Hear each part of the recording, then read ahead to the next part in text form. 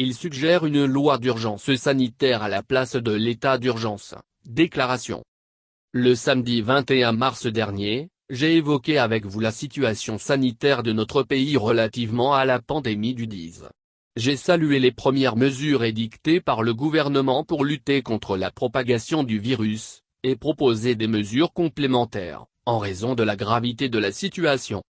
Le lundi 23 mars 2020, le président de la République est monté au créneau, comme je l'avais souhaité, pour adresser un message à la nation et annoncer 8 nouvelles mesures, notamment l'instauration d'un couvre-feu, la régulation des transports, le confinement progressif des populations, la mise en place d'un centre d'appel, l'adoption d'un plan de riposte national d'un montant de 95 880 millions de FCFA. En outre, le chef de l'État a dit avoir instruit le Premier ministre, chef du gouvernement, d'évaluer en concertation avec le secteur privé, l'impact économique et financier du 10 en vue de la prise de mesures supplémentaires pour soutenir l'outil économique ainsi que les populations. Je voudrais ici saluer l'engagement personnel du chef de l'État. Cela était nécessaire afin que nos compatriotes prennent conscience de la gravité de la situation et s'impliquent à travers leur comportement dans la lutte contre la propagation de la pandémie. Je salue également toutes les mesures annoncées qui devraient contribuer à endiguer la propagation de la maladie. En effet, comme je l'avais souhaité, l'état d'urgence est nécessaire pour donner au gouvernement les moyens juridiques de réguler la vie économique et sociale du pays dans le contexte particulier imposé par les contraintes de la lutte contre la pandémie. Toutefois, le décret N 2020-351 du 23 mars 2020 pris en application de la loi N 59-231 du 7 novembre 1959 me paraît inadapté pour faire face à la situation.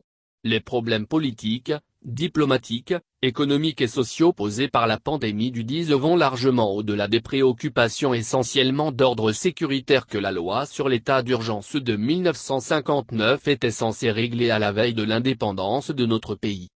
En outre, l'application du couvre-feu a donné lieu à des dérives policières.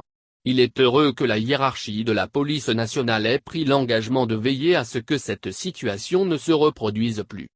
En effet, la lutte contre le 10 ne saurait justifier des atteintes graves aux droits de l'homme et à la dignité humaine. C'est le lieu d'inviter nos compatriotes à faire preuve de discipline et de civisme pour aider le gouvernement à sauver nos vies et à préserver l'intégrité de notre nation. Je note par ailleurs que la fermeture effective des bars, maquis, boîtes de nuit, et autres lieux de distraction, a des conséquences financières et sociales indéniables sur de nombreuses familles, qu'il convient de prendre en compte. Sur le plan sanitaire, le constat est troublant et préoccupant. Annoncé depuis, le lundi 23 mars 2020, le confinement progressif des populations, en particulier celle de la ville d'Abidjan, foyer de la pandémie en Côte d'Ivoire n'est, de façon incompréhensible, pas encore effectif et pour des raisons inexpliquées. Le gouvernement a-t-il conscience que chaque jour qui passe ce sont des millions d'Ivoiriens qui sont exposés à la contamination à travers les mouvements de population à l'intérieur d'Abidjan et entre Abidjan et l'intérieur du pays? Or, l'objectif général du plan du gouvernement est de limiter la propagation du 10 en Côte d'Ivoire, de détecter l'infection et de traiter les malades. Ce plan de riposte a identifié 8 axes d'intervention. La surveillance épidémiologique et biologique, premier axe d'intervention, qui vise au dépistage et à l'isolement des cas suspects, a montré ses graves limites dans l'affaire des passagers du vol d'Air France. En l'absence d'infrastructures publiques de confinement, les cas suspects sont livrés à eux-mêmes à travers un auto-confinement à domicile sans surveillance policière ni suivi médical. Or, la contamination explose. Au moment où je m'adressais à vous, le samedi 21 mars dernier, nous étions à 14 cas. Aujourd'hui, c'est-à-dire une semaine après, nous sommes à 101 cas, soit une progression de plus de 600%. À ce rythme, nous risquons de franchir la barre de 4000 cas dans 2 semaines et de 150 000 cas en avril, avec le risque de centaines, voire de milliers de morts. D'autant que le pays ne dispose à l'heure actuelle d'aucune capacité de prise en charge des malades et de soins intensifs. Notre inquiétude est corroborée par la récente déclaration du secrétaire général des Nations Unies, M. Antonio Guterres, qui dans une interview accordée à France 24 RFI, le vendredi 27 mars, disait craindre que l'Afrique n'enregistre, dans les mois à venir, des millions de morts liés à la pandémie du coronavirus. Le laxisme du gouvernement dans la surveillance épidémiologique et biologique risque de nous coûter très cher et de rendre la pandémie hors de contrôle, comme on peut le constater à l'heure actuelle dans certains pays européens. Chers compatriotes, frères et sœurs, prenez soin de vous. Respectons les consignes de confinement, d'hygiène et de précaution. Globalement, la gestion de la crise présente à ce jour de nombreuses insuffisances. Les mesures ont été annoncées sans préparation suffisante, ce qui explique le tâtonnement dans leur mise en œuvre. Le plan de riposte a mis en place un comité de pilotage dont l'existence effective est inconnue du public et les actions invisibles. Comment pourrait-il en être autrement quand le Premier ministre qui en est le président est invisible, inaudible et inactif pour traduire dans les actes les orientations du chef de l'État, en particulier pour faire connaître les propositions du comité de veille économique, notamment en ce qui concerne les mesures permettant, d'une part, de garantir l'approvisionnement des marchés en produits de première nécessité, pendant la période de la pandémie, et d'assurer la sécurité alimentaire, et d'autre part, de soutenir les entreprises, les travailleurs et les ménages affectés par les mesures de lutte contre le Dis. La fermeture des frontières et les perturbations dans le fonctionnement des entreprises auront des répercussions sur les conditions de travail et les emplois, sur la santé financière des entreprises, la croissance économique et les conditions de vie des ménages. Partout dans le monde, des mesures sont prises pour adresser ces problématiques. C'est pourquoi je voudrais proposer au gouvernement. 1. En ce qui concerne les travailleurs et les emplois. Moins la prise de décision d'ordre réglementaire ou législatif pour garantir les emplois et les salaires des travailleurs, y compris lorsque l'employeur opte pour l'aménagement des conditions de travail, voire pour le travail à distance. 2. En ce qui concerne les impacts sur les entreprises et les ménages, il apparaît évident que l'enveloppe budgétaire de 95 milliards annoncée par le chef de l'État sera très largement insuffisante pour soutenir les entreprises et les ménages, et pour juguler les effets d'une prévisible récession économique. Je réitère ma proposition de mettre en place un fonds, d'un montant initial de 1000 milliards de FECFA pour financer le plan de riposte contre le Dis.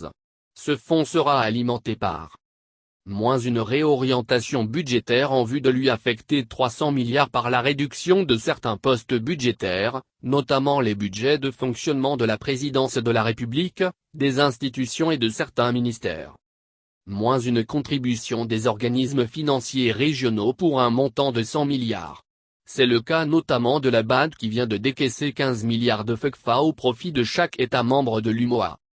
Un appui de 300 milliards provenant des institutions multilatérales de développement, en particulier la Banque mondiale qui a débloqué 12 milliards de dollars pour venir en aide aux pays fragiles affectés par cette crise et du FMI qui a débloqué 50 milliards de dollars. Une aide bilatérale de 200 milliards à rechercher auprès de certains pays amis, notamment ceux avec lesquels notre pays entretient une forte coopération économique et commerciale. Le Maroc vient dans ce cadre d'obtenir de l'UE un fonds de 450 millions d'euros pour faire face au Dis. Une contribution à hauteur de 100 milliards FECFA de personnalités, entreprises, associations et fondations qui souhaiteraient participer à la lutte contre la pandémie du Dis en Côte d'Ivoire. Plusieurs banques établies en Côte d'Ivoire ont déjà fait des dons au gouvernement. Ce fonds sera affecté aux opérations suivantes. Achat d'équipements et de médicaments pour faciliter la lutte contre le Dis, à concurrence de 200 milliards. Octroi d'un filet social correspondant au SMIG, 60 000 FECFA, pour les travailleurs du secteur informel, les travailleurs indépendants et les salariés du secteur formel pour un montant total de 600 milliards FECFA. Combler la perte de revenus des entreprises, particulièrement les PME à hauteur de 200 milliards FECFA. Au-delà de ces mesures, et jusqu'à la fin de la crise, les ménages et entreprises bénéficieront des dispositions suivantes. Pour les ménages.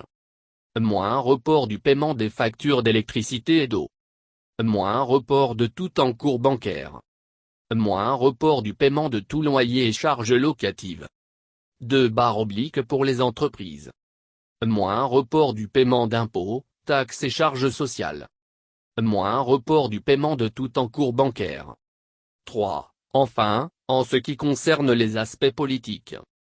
Dans le contexte actuel de lutte contre la propagation du DISE, les mesures de limitation des déplacements des populations et de confinement ne sont pas de nature à favoriser la participation de tous aux opérations d'identification et d'enrôlement.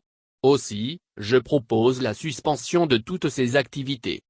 Par ailleurs, il serait dommageable à notre nation que la gouvernance démocratique de notre pays soit totalement anéantie par les exigences de la lutte contre la pandémie du DISE.